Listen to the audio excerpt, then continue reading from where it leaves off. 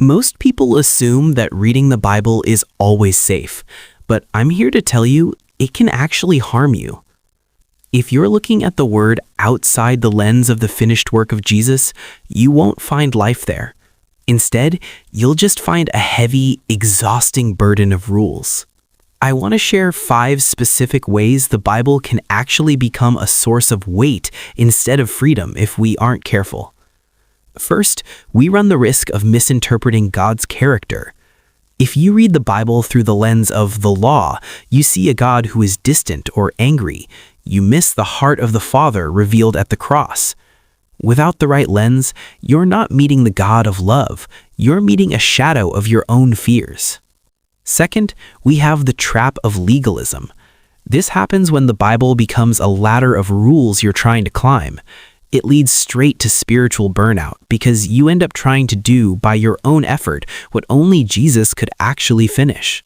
Third, there's the wrong covenant applied. It's a lot like trying to open a door with a key that just doesn't fit. When you take old covenant shadows and try to live under them as a new covenant believer, you'll find yourself locked out of the peace that Jesus already bought for you. Fourth, the Bible can harm you through weaponizing Scripture. Without grace, people often use the word to attack and condemn, either themselves or others. But we have to remember, the letter kills, but the Spirit brings life. And finally, number 5, we have missing the person for the pages. It's so easy to get lost in theology and miss Jesus entirely.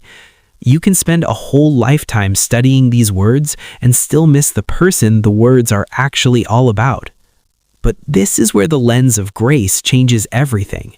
When you look through the finished work of Jesus, those thorns of condemnation, they turn into the bread of life.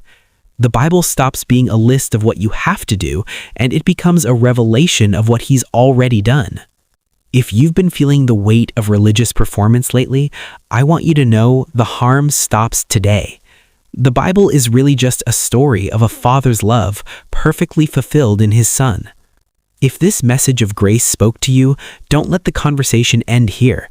Hit that subscribe button and join our community. We're dedicated to exploring the Word through the lens of the finished work so you can finally walk in true freedom. I've pinned a question in the comments below. I'd love to hear your thoughts and keep the discussion going there. I'll see you in the next video.